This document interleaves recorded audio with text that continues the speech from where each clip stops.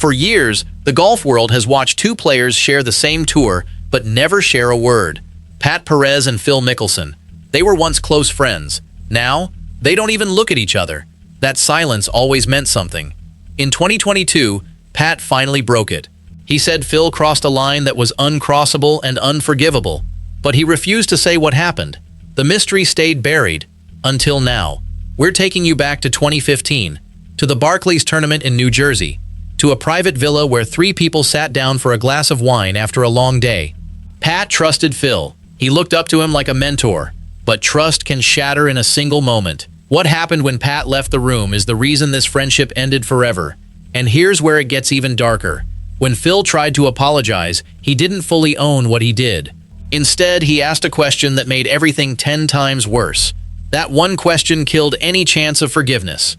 Pat has never forgotten it. Here's my honest take on all this. Some things cannot be fixed with a simple apology, especially when you can't even admit the full truth of what you did. Do you agree? Or do you think Pat should have let it go for the sake of the game? Drop your view in the comments below. And if you love real golf stories that go beyond the scoreboard, take a second to hit that subscribe button right now. This is not gossip. This is not a rumor. This is a story backed by Pat's own words and the testimony of someone who was actually in that room. Stick with us through the next few minutes because we are about to reveal exactly what Phil did, why Pat's anger has never faded, and how one night in New Jersey changed two lives in a way that can never be undone. To understand why Pat Perez carries that different hate, you first have to understand the bond they actually shared. Picture the dynamic. Phil Mickelson was the polished superstar, beloved by millions. Pat Perez was the outspoken grinder, the guy who never filtered his thoughts. On paper, they didn't fit. But off the course, they clicked. Phil pulled Pat into his inner circle. They shared dinners, private jokes, and genuine brotherhood. Pat didn't just respect Phil's game. He trusted Phil with his family. Enter Ashley, Pat's wife. When the three of them traveled together, Phil insisted they stay at his villa. He treated them like royalty. For Pat, that felt like validation from a living legend. For Ashley, it was surreal. Phil was warm. He sent her good morning texts. He made her feel included and special. At the time, everyone chalked it up to Phil being generous, the family man, the mentor looking after his friend's wife. But looking back with the clarity of everything we now know, that warmth carries a darker shade. It starts to feel deliberate. Pat saw Phil as a brother. Ashley saw him as a safe guide. That's the cage of trust they were all living inside. And then came New Jersey, the Barclays tournament, a private patio, a bottle of red wine. Pat excused himself for a few minutes, just a bathroom break. A handful of minutes that would reduce that brotherhood to ashes. When Pat returned, nothing looked different. Nothing sounded different. But something in the air had permanently shifted. Ashley didn't speak a word that night. She couldn't, not while Pat still had a tournament to win. But the damage was already carved into stone. Phil had made a move so aggressive and so humiliating that there was no road back. That night, Pat Perez lost a friend he genuinely loved, and Phil Mickelson lost a piece of his legacy he will never recover. But here's the detail that makes this story truly unforgivable. It wasn't just the act itself. It was Phil's reaction when Pat finally confronted him. Phil offered an apology, sure, but then he asked a question so insulting, so dismissive, that it stripped away any illusion of genuine remorse. That single question is the reason Pat will never shake his hand again, and we are about to tell you exactly what that question was. That revelation is coming. But first, you need to understand the full context of that night, because the details matter more than you think. The Barclays wasn't just another tournament, it was a playoff event, one of the most important stops on the PGA Tour calendar. Phil was in his element. He owned that kind of stage. He owned everything around him, or so he believed. Pat and Ashley were guests in Phil's world. It was a generous invitation, a friend sharing his success. But generosity comes with expectations. And Phil's expectations that night were hidden behind a warm smile and a nice bottle of wine. The three of them sat on the patio. They talked about the tournament, about the course, about life. Normal conversation. Nothing suspicious, nothing uncomfortable. Ashley later described the evening as completely ordinary, until it wasn't. When Pat got up, the room changed. Phil waited. He watched. And then he made his move. Ashley was in her 20s at the time, young, starstruck. She looked up to Phil like an older brother. She never imagined that the man who sent her sweet good morning texts was about to show her something that would haunt her for years. Phil pulled out his phone. He scrolled. He found the image, and then he turned the screen toward her. What she saw was a full-body photograph of Phil Mickelson, completely naked, fully erect, one arm flexed. He wasn't hiding it. He wasn't apologizing. He was showing it off like a trophy. Ashley froze. She didn't scream. She didn't run. She sat there, stunned, not believing that the Phil Mickelson, the six-time major champion, the family man, her husband's trusted friend, was doing this to her. Then he spoke. 5 words that changed everything. "I'm leaving my door open tonight." And then he added, "When Pat falls asleep, I want you to come see me." That moment is burned into Ashley's memory. But what happened next, the conversation she had with Pat days later, is what turned this into a permanent war. Ashley didn't tell Pat immediately. She couldn't. Pat still had rounds to play. He was competing. If she told him then, his head would not have been in the game. So she waited. She carried that secret through the rest of the tournament like a stone in her stomach. When the tournament finally ended, Ashley told Pat everything. The photo, the proposition, the silence that followed. Pat's reaction was explosive. This was his friend, his mentor, the man who welcomed them into his villa. And now that man had betrayed him in the most intimate way possible. The friendship ended right there. No hesitation, no discussion. Pat drew a line in the sand, and Phil was on the wrong side of it. But Pat didn't go public. He didn't want the circus. He didn't want his marriage dragged through the tabloids, so he stayed quiet. He carried the anger privately. He watched as Phil continued to be celebrated, continued to be praised, continued to be the golden boy of American golf. And that silence lasted for 7 years. Pat carried that weight until 2022. That's when he dropped the first hint that the world was missing something huge. Pat went on the Son of a Butch podcast.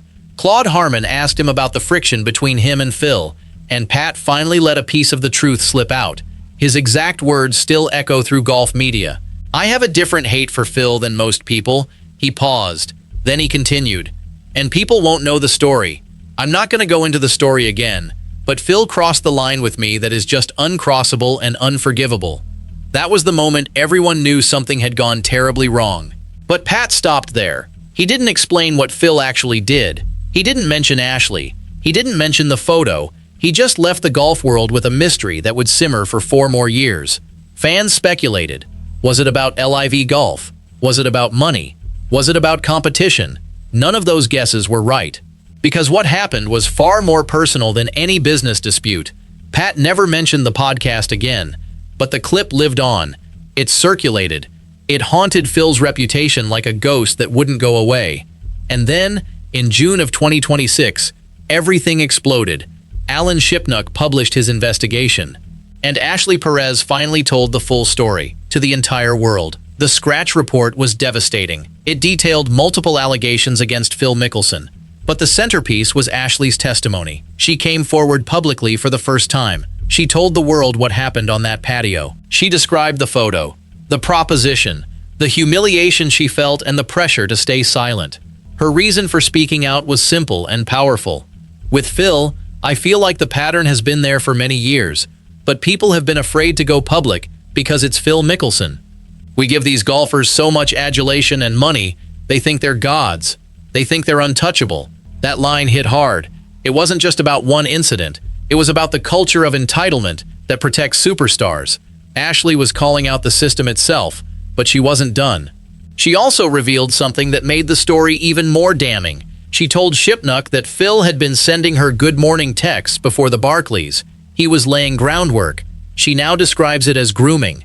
"I was so young and innocent. It's like, I can't believe Phil Mickelson wants to be my buddy." Looking back now, it definitely feels like I was being groomed. That word, grooming, changed the narrative entirely. This wasn't a spontaneous mistake. This was a pattern. But here is what Phil's apology looks like when you strip away the PR spin. And it's not pretty. Phil didn't deny the incident entirely. He and his team issued a statement through his attorney, Tom Clare.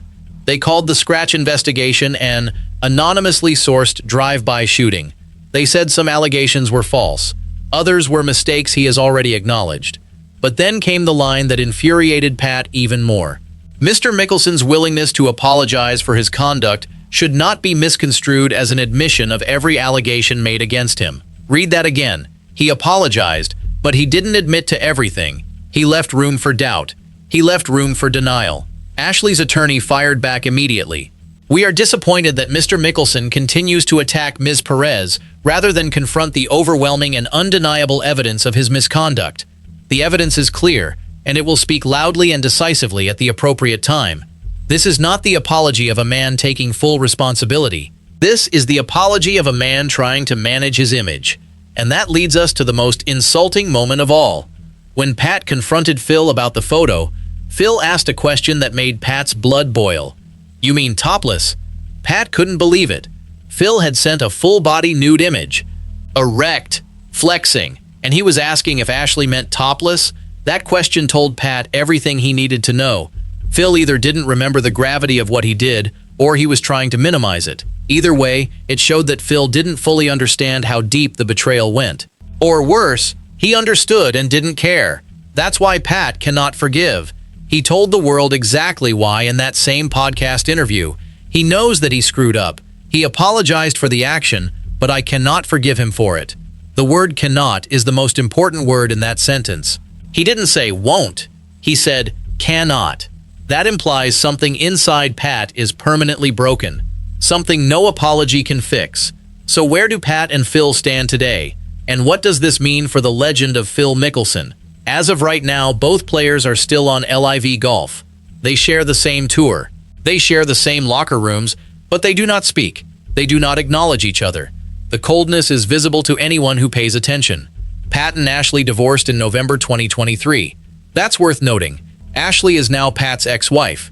That makes her decision to speak publicly even more significant. She wasn't protecting Pat's career anymore. She wasn't protecting their marriage anymore. She was telling her truth because she believed it needed to be told. Phil has played only one LIV tournament in 2026. He cited a family health matter, but the scandal has clearly taken a toll. The man who once seemed invincible is now fighting for his reputation.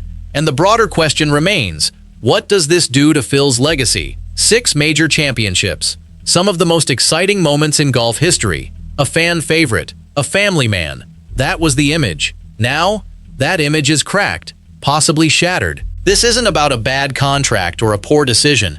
This is about a man who abused the trust of his friend and his friend's wife. This is about entitlement, about power, about believing you can do anything because you're Phil Mickelson. Ashley exposed that belief. Pat exposed it too, in his own way. And the golf world is finally starting to ask the hard questions. What else have we overlooked? What other patterns existed that nobody wanted to see? Now it's time to bring this full circle. Because you clicked on this video to understand the whole truth. You've heard Pat's cryptic words from 2022. You've heard Ashley's testimony from 2026. You've heard Phil's lawyer's careful, calculated response. And you've heard about that one question.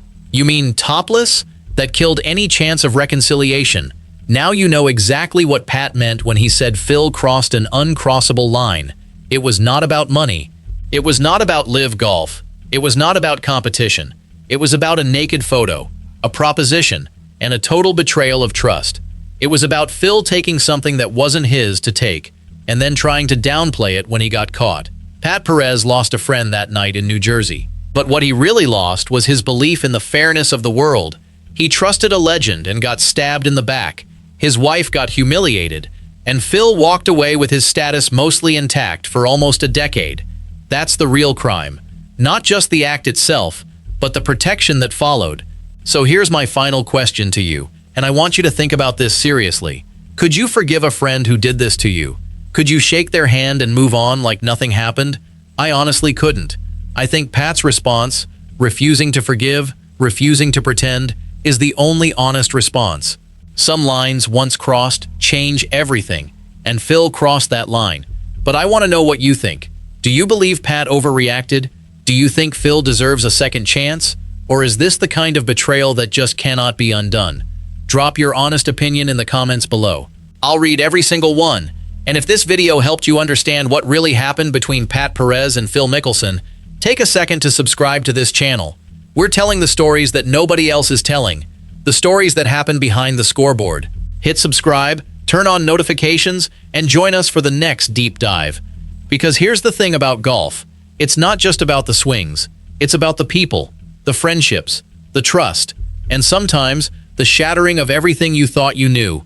That's what happened in 2015. That's what Pat Perez has been carrying for over a decade. And that's why, when he said Phil was unforgivable, he wasn't exaggerating. He was telling the truth, the whole truth. And now you know it too. The friendship is gone. It's never coming back. And deep down, Phil knows exactly why.